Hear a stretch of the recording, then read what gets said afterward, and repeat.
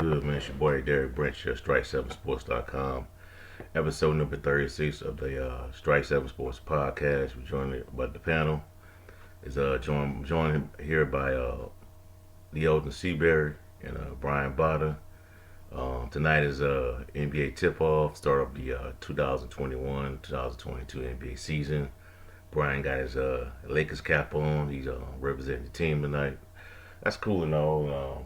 I'm watching this game behind me, and Brooklyn is losing to Milwaukee. So that's that. Tip off tonight. They raise the banners, and season has begun. But as usual, it was another. I would say it wasn't a bad week in NFL football. We had, I believe we had two games that went in overtime. Tennessee and Buffalo. We're gonna talk about that a little bit tonight. Talk about the what that went down with that game, and we also gonna talk about some other NFL content. We won't be with you long. Won't be long tonight, because guys, won't watch the Lakers game, and a couple fanboys on the pod tonight. Watch the. I mean, I like LeBron and all, but it's cool to know my people play them all, but that's all good. But we'll start off with open bell today, and I want to just discuss with y'all something that went down on social media yesterday, and that's concerning Seahawks wide receiver DK Metcalf and the incident he got into with Shannon Sharp. And I just, I'm going to just share my take on it, real quick, and send it to y'all, to the panel. But I just felt like it just went overboard, man.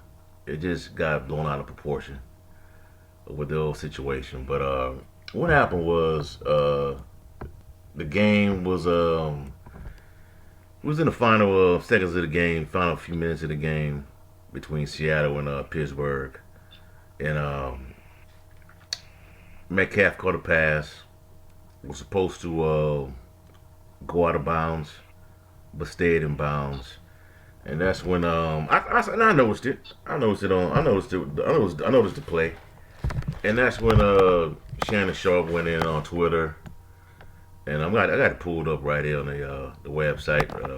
Field Guns SB Nation site for the Seattle Seahawks, and it started off like this.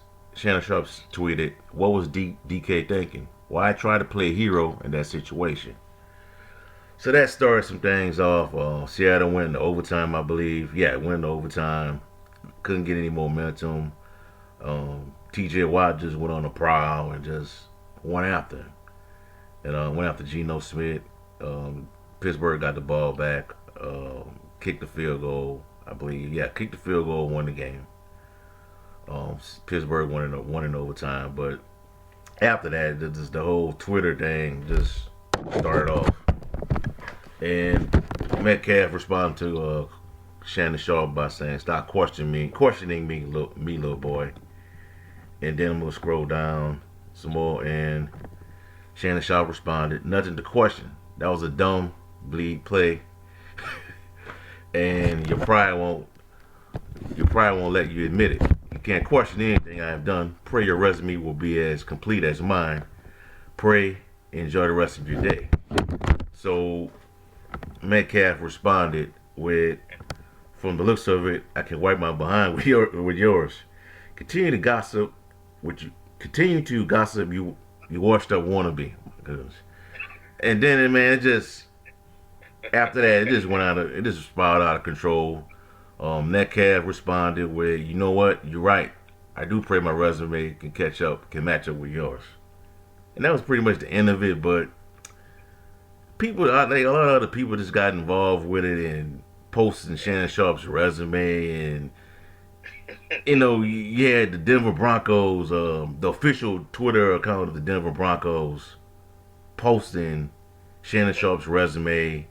You got the Bleacher, the BR Gridiron posting Shannon Sharp highlights. I'm like, Damn. Dude, really? Really? We had to go that far to get at this guy.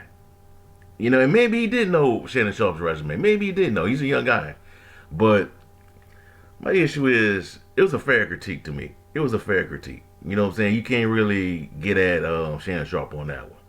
You know what I'm saying? So I'm going to just go ahead and turn it over to the panel and see what y'all got to say on it. Let me take this one first. Go ahead. Shannon Sharp does this all the time. He does. If you look at his Twitter, he critiques players all the time. This is a dude. So I guess DK got a little thin skin and decided to tweet at him. The one thing I will say, Shannon Sharp, while he's a good analyst and he's with there, people forget he's one hell of a player. He's a Hall of Famer for a reason. So DK Metcalf, if he had any close to a career as Shannon Sharp, that's a success. So put respect on his name. Usually I'm with the young cats in this situation, but I gotta go with the older brother. I gotta defend my boy, Shannon Sharp. He was right. That's all I gotta say. Go ahead. I agree with you on that. However, I will see where DK is coming from, because I agree with you in that Shannon Sharp did have a great career in LA, but that's not the point of the argument. The point of the argument is that DK was upset with how Shannon came at him, and you gotta look at it I look at it from a young guy standpoint. DK, this guy's 23, 24 years old. We're not, and Brian, you and I know this from being in our 20s. We don't like criticism. We don't care how old we are. They're coming from. We don't like hearing, "Oh, we should have did this. We should have did that." And DK, we don't care. Okay, Shannon has a great resume, but that's not relevant to the argument. I don't know why really Shannon had the reason to bring that up. So I really see where DK is coming from, because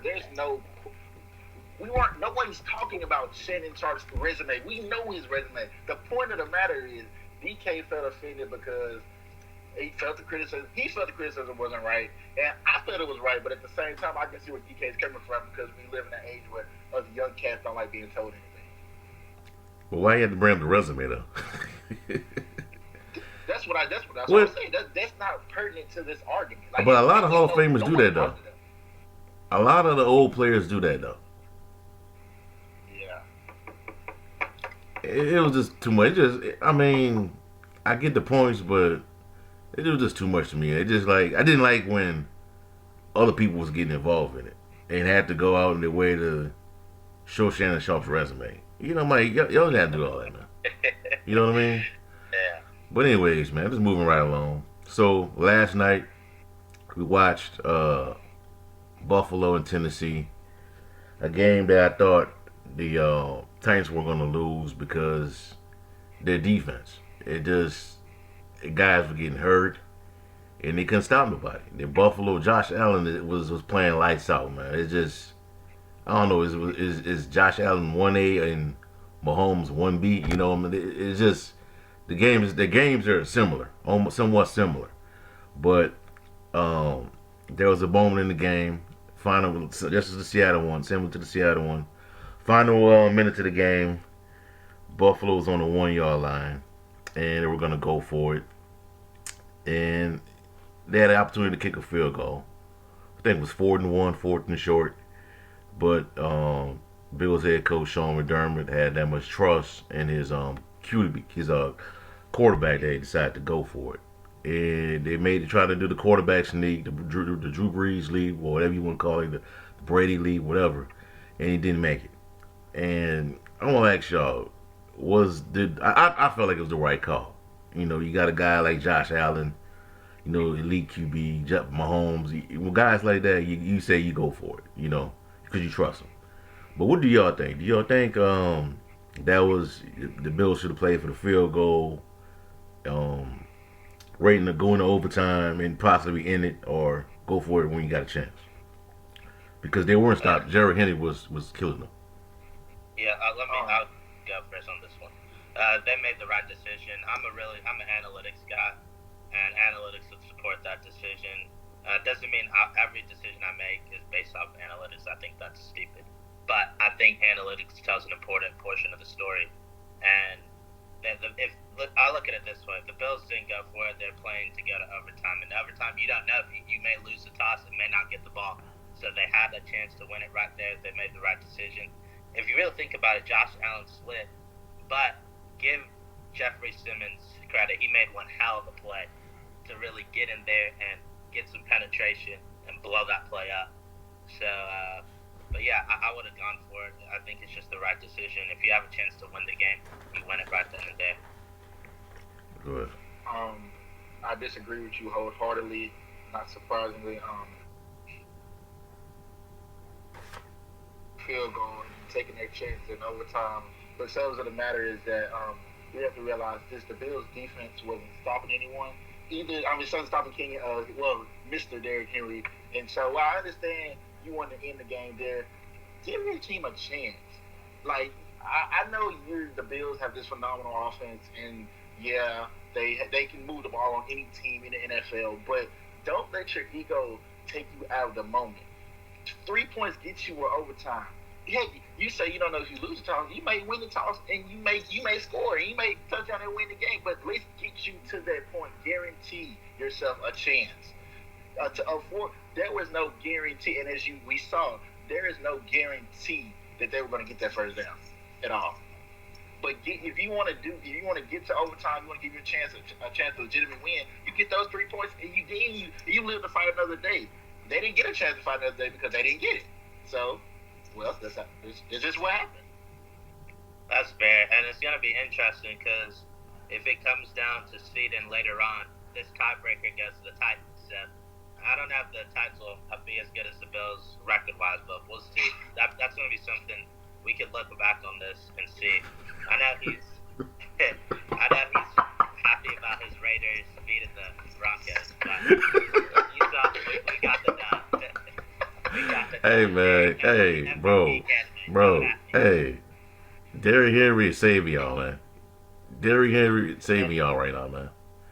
Ryan Tannehill, I don't know what's going on, but it's all about Derrick Henry right now. It's the Titans before, this is the Tennessee Titans before all the, they try to get fancy with A.J. Brown and Julio and all this other stuff. This is the previous Titans, the 2019 Titans, when it just give the Henry and he just went off.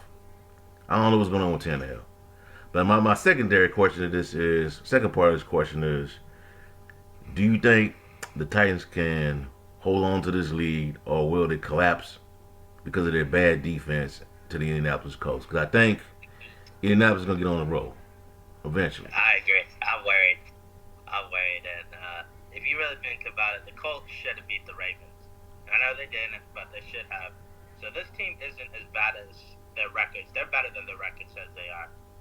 And it's going to be interesting. I think they play in a couple of weeks too. But the race to win this division is going to be really, really interesting.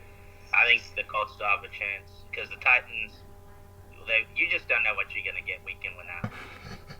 Derrick Henry may be the only consistent thing. I kind of disagree with you on Tannehill. Part of the reason, has he played as well as he's played in the past year?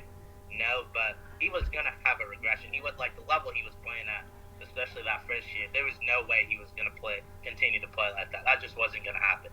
But he's still finding ways to at least give his team a chance to win, and that's all you can really ask for. But yeah, I agree. The Colts are coming.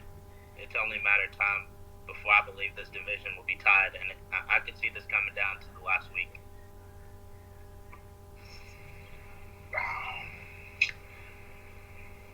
You know what? I have a strong dislike for the Titans, but I actually think they're going to hold the lead. You know why? Because they play in the AFC slouch. The AFC slouch. I don't call it the South. It's the AFC slouch. Because it's just, you have the Texans, you have the Jaguars, you have an inconsistent coach team. Yeah, they dominated. It was like the helpless beating on the more helpless when they beat. I don't took much into that win over the Texans.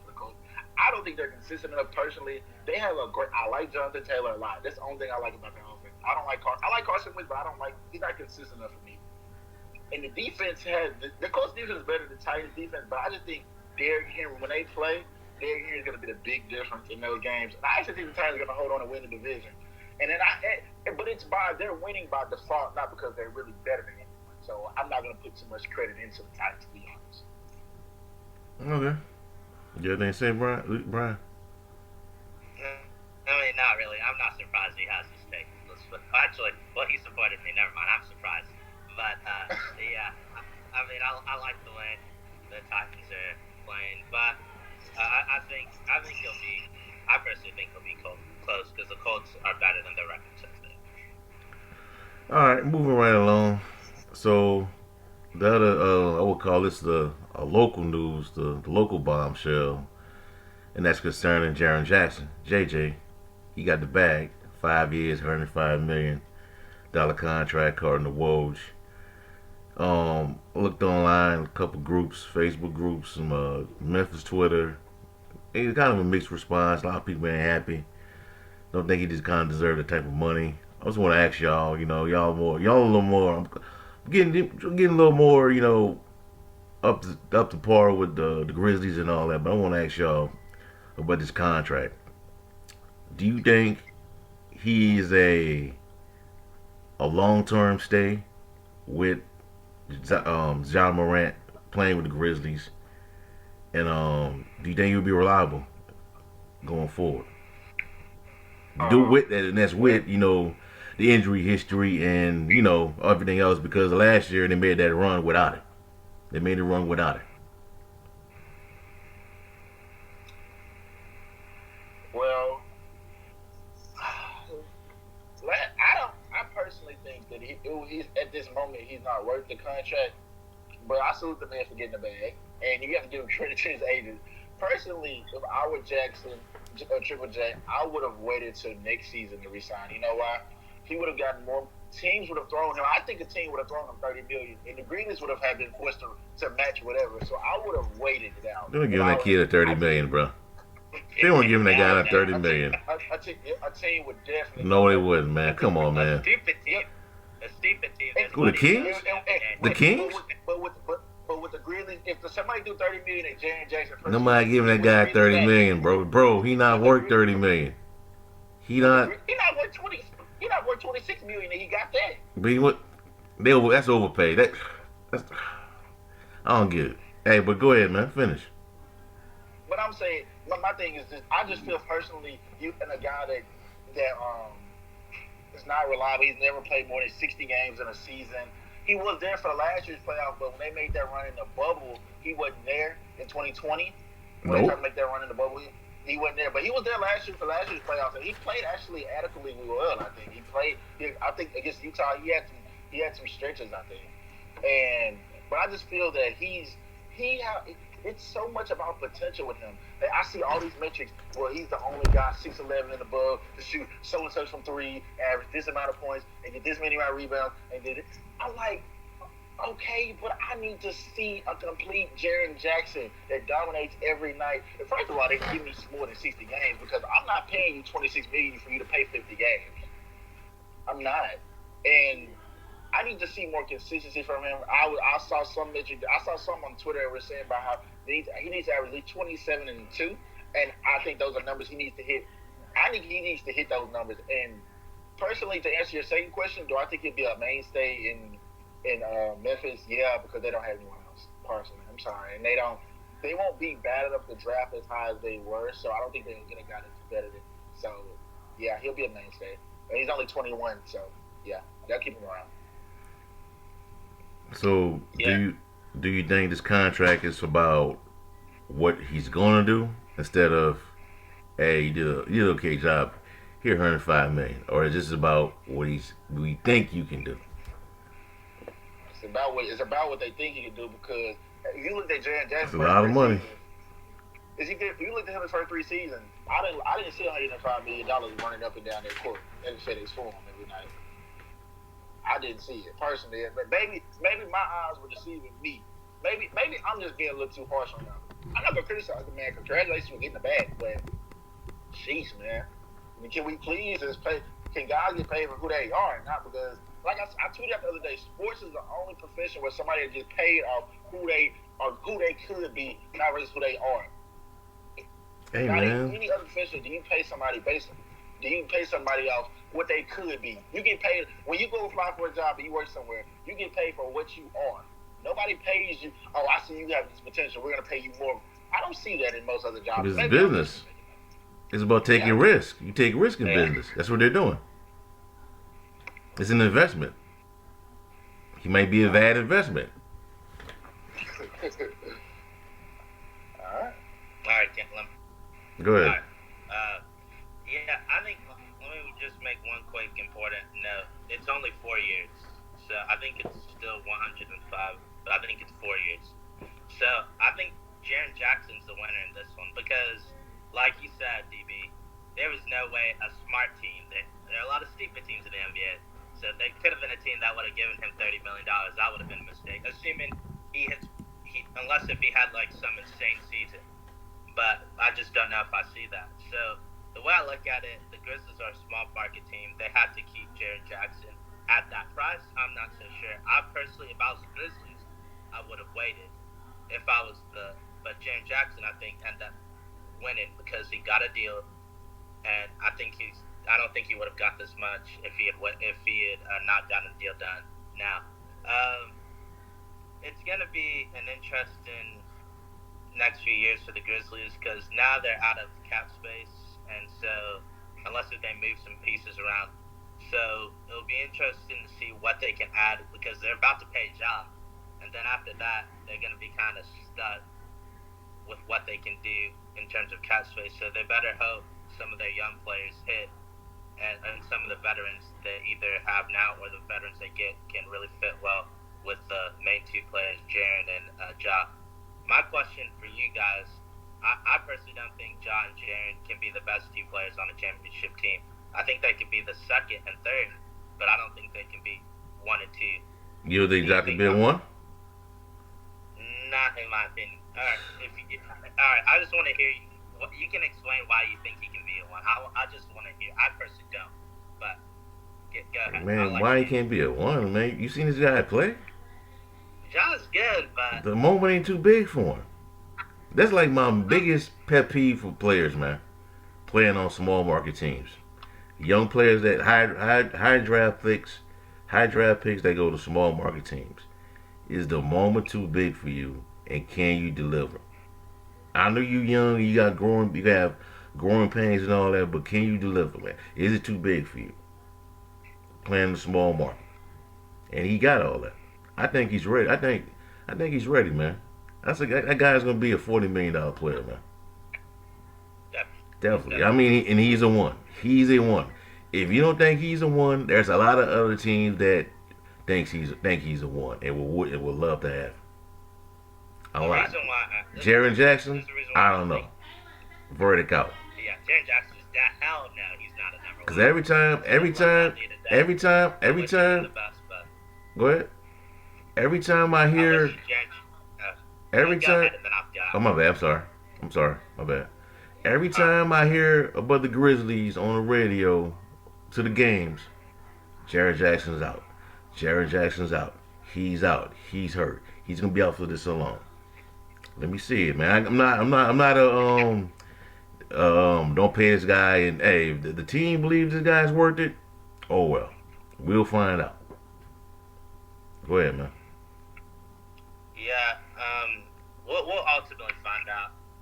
But I think again, the Grizzlies were stuck. They could have waited, and I personally would have done that. But you're probably gonna play him a similar, maybe a little bit less. Oh, you was adamant about that. I remember. Yeah, you wrote about it. That contract that I put in Spotrick put, they did a estimation that he would have gotten 4 years, $88 million. That would have, if they had gotten him that would have been a much better contract for the Grizzlies. But Jaren Jackson was able to get more, and I give him and his agent credit for doing that. It'll be interesting to see what the Grizzlies can add to this core of Jaren and Ja.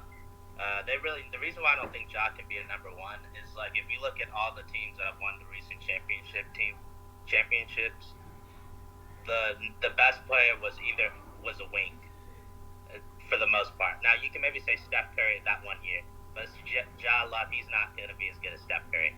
You're dreaming if you think that. So can he be maybe if Steph Curry's like a 1A, could he be maybe a 1B, maybe a 1C, maybe? But Steph Curry's just on another level, and he's like arguably the second best point guard in NBA history behind Magic Johnson. So, behind Magic Johnson? You think Go he's better ahead. than Magic? Go ahead, man. You got him up that kind of high, man. That's high. Well, okay. No, I want to. Who do you think? Where would you rank Steph Curry in terms of greatest point guards of all time? Like in the top 10, probably. We got, man, there's so many point All right, guards I've seen give me your play, top man. three. There's Your so many top three point guards I've guards. seen play, man. Give me your top three point guards. What? Bro, come on, man. Well, hold on. Magic. I've seen John Stockton play. Chris Paul. That's my three right there, man. There's like more than that, man. I got more than that, man. I can't. All right, if you're talking about like a traditional point guard, I'll give you that. But I can't put Chris Paul and John Stockton after I've seen them. Well, I haven't seen he was before my time, but I can't put them over Steph Curry.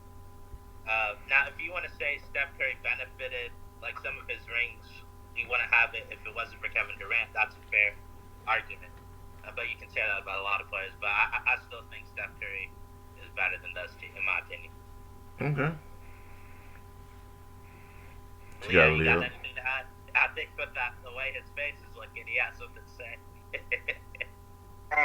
I'm just gonna act like DP did just disrespect one of the greatest 3-point shooters of all time, and regardless of position, and it is definitely a top, in my opinion, in my humble opinion, is a top 5 point guard.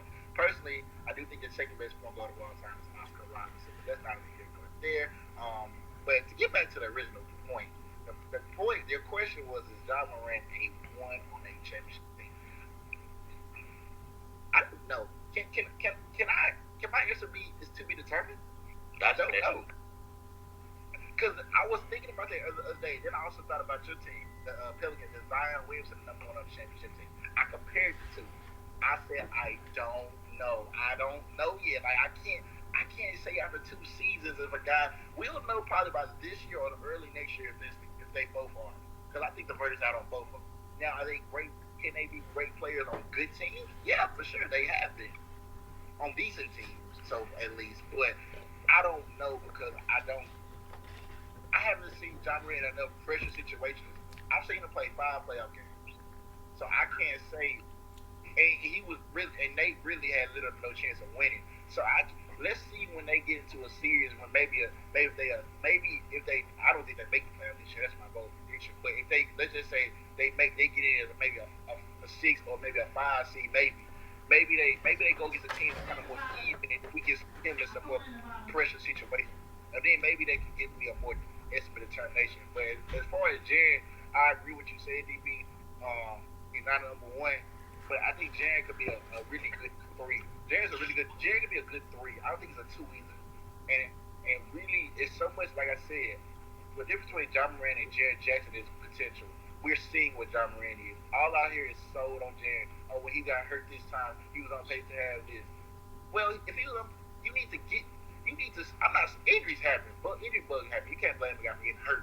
But I'm just saying, we are always hurt, and it's always, he can't do this, he can't do that. At some point, that gets old, and we need to see it. Okay. Yeah, I have one final thing to add. Yeah, I agree with most of what he said. I just want to ask you, when you say to be determined, why do you want? You just don't like what are you? Well, you kind of explain a little bit, but like, what do you think? Define what you think the best player on the championship team is. Let's put it that way. If he would. What I define as the best player on the championship team is if he weren't there, there's no way we'd even be close to being in this situation. Like that's why when people say, like, for example, let me take this argument. When people say Kevin Durant was the best player on the 2017-2018 team, a lot of people disagree because he wasn't there before and they already won. So that's why they never won a championship without Steph Curry. They won without KD. Am I making up things, or this is legitimate facts now? They didn't win without. We all know the real reason why they won, but let's not go there. This is what I'll say. Let's put it that way. I think this is what you're trying to say, and correct me if I'm wrong. Kevin Durant is the best player. Steph Curry is the most important player. Is that fair? Yeah, Correct. And you did hit it on the mark. And like you said, I think John Moran and Zion, both we talk about John now, but both guys can be important, like the best player. They can be the most important key glue guys to where if not a glue guy, maybe full of that, but I'm saying they can be guys who without the team, without them on the team, there's no chance they'd be there. But I don't know them. I can't say yet they're the best player on a championship team because if they could be the best, because they're first of all, their teams aren't the. I don't really like how both teams are built because I don't think there's enough firepower on either team. I think there's a lot of solid role players, but I just don't know. And like I said, I haven't seen enough pressure situations in the playoffs for me to say Zion never been to the playoffs, and John's only played 5 games. I don't know. All right. and one more thing that I saw, Bobby Marks. Y'all probably know who that is. He's Yeah. the genius. He put out the second youngest team in the NBA, the Memphis Grizzlies. So his Leo's bold prediction about them missing the playoffs, I don't think is as crazy as it seems. Because the West again is a gauntlet. All right. Okay, moving right along. Speaking of that, the next topic we're gonna talk about is expectations for our teams that we follow. The expectations. I mean, what I mean by that is how far you think they're gonna go. Are they a playoff team? Do you think they can go far this year? So I'm gonna start off, man, with the Pelicans. So as y'all may have heard, Zion Williamson is out once again because of an injury that my general manager Griffin decided to get with his family like with his family say something, he keep it on the low, and he does a pretty good job with dealing with the media. People that's been saying they're deceptive, he's not telling the truth, whatever. But anyways, I wrote this in an article yesterday. I said the Pelicans are going to either sink or swim this year. They're going to be really good or bad. They're going to suck. Plain and simple. There's no in between with it.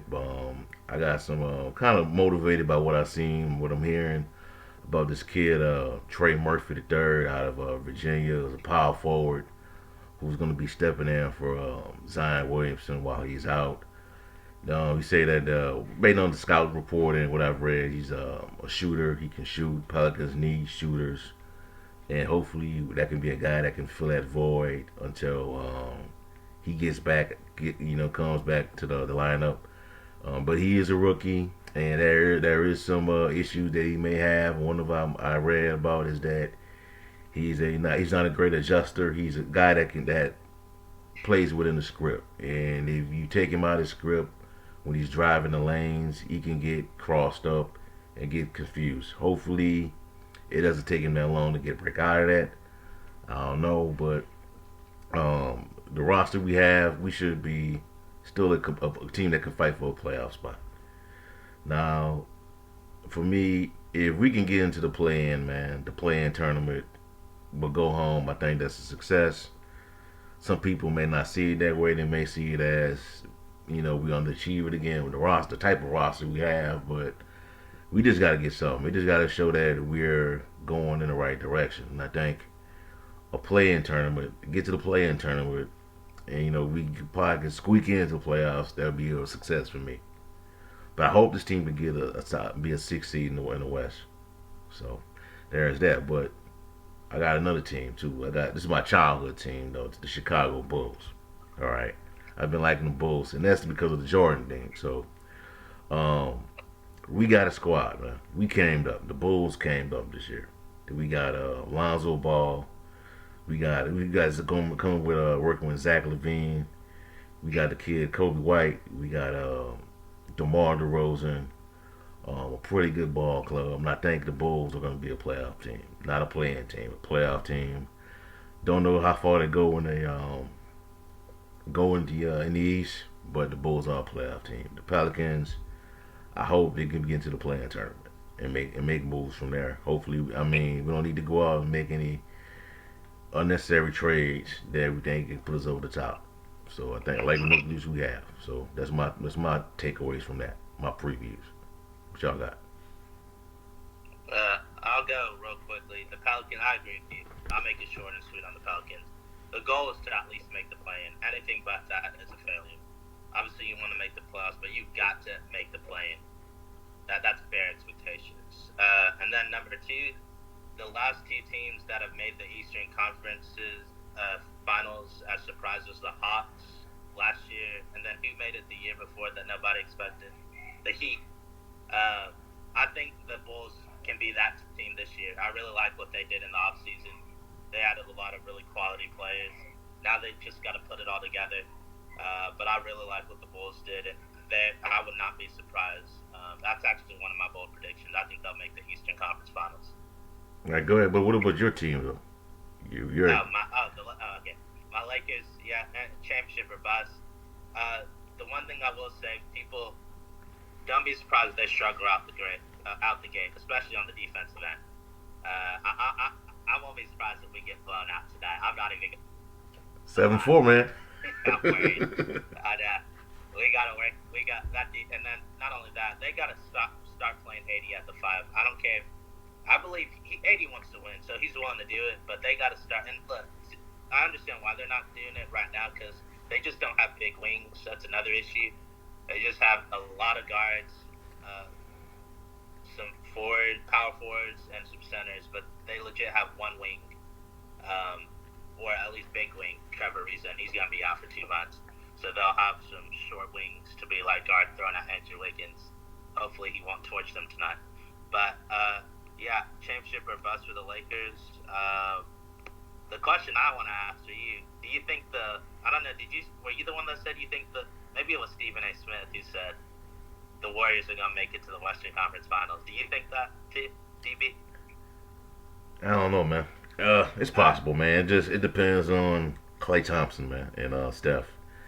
But like I wrote in the piece today, I just think the West is different than compared to when they pretty much dominated those teams. Those teams have gotten a lot better.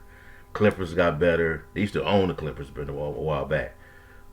Utah, you got Utah now, Memphis. The Spurs. Who knows? Denver. It is so many great teams in the West, man. But I think they can make it if they're on the court. Yeah, one guy who's a candidate for a breakout candidate, Jordan Poole. If the Warriors have a big season, he's going to be a big reason why, in my opinion.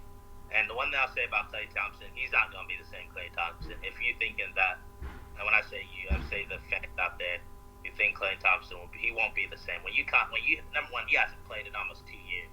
If you really think about it. And then number two, the injuries he's coming off. Nobody's ever come off an ACL and an Achilles and come back and just been the same. Can he still be a solid player? Yeah, but he just won't be the same player he once was, and I think that's what people gotta understand. That's why, in order for the Warriors to really make a run, they're gonna need their young players, but especially the main two guys they need to get a lot out of are Wiggins and Poole.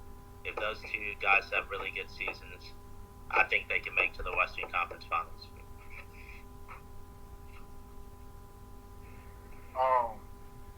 Ironically, Brian and I support the same team, so I feel no need to go over the Lakers breakdown and what I think about them. But instead, I'm going to go to another team in the West that I think has a chance to make some really big noise, and I think it's the Dallas Mavericks.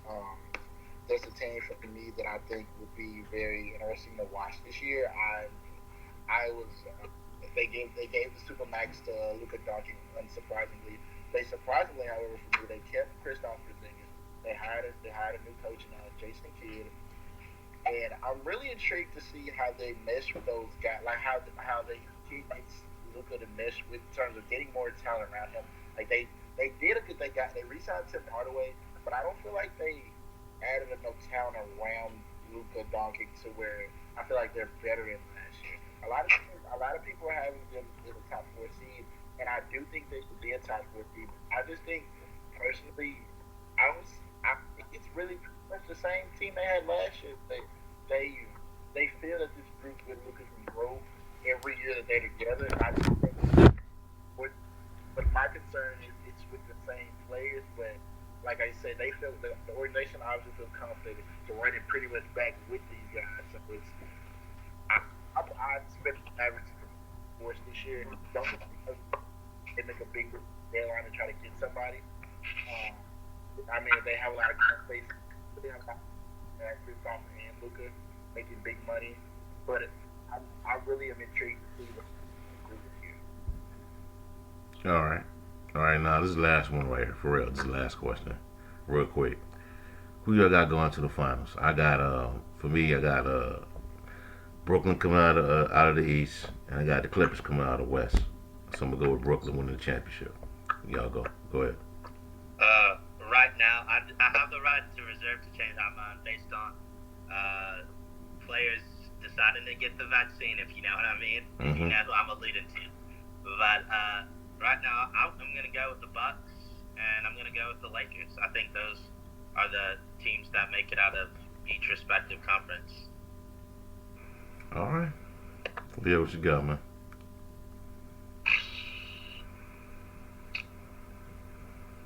My goodness. Preseason picks. Oh my god. Hey, the Bucks look good tonight. They just beat the Nets by 20. So my goodness. So let's crown them the champion. Now, I think that personally, seriously, I would take the Miami Heat in the finals to come out of the East, and I will have. Of course, I want the Lakers to come out the West. Of course, that's what I want. But will they? You know what? I'm gonna go with the Lakers to come back out of the West. They go back to the finals for the first time since 2020, so it's last year technically. I'm gonna go with them. Okay. All right. Get the rematch from that bubble final. Right, for with who? With the Jimmy Butler? Get that rematch from that bubble final. Oh, okay. The one that nobody didn't like, the championship didn't count. Okay. That's cool, man. But I like the Clippers, man. I like the Clippers. I thought they were close last year until Kawhi went down. I thought the Clippers was gonna make it, but I got the Clippers in the net, so taking it, going at it in the finals. Well, anyways, man, that's all we have for y'all for right now, man. Give us a like, comment, subscribe to the channel. So you can listen to this on YouTube. Like, comment, subscribe, critique. Same as if you listen to it on iTunes, Spotify, Anchor, or wherever you listen to your podcast. You check out strike7sports.com for latest content on NFL, the NBA, college football, and much more. Have a blessed night. We out. Peace.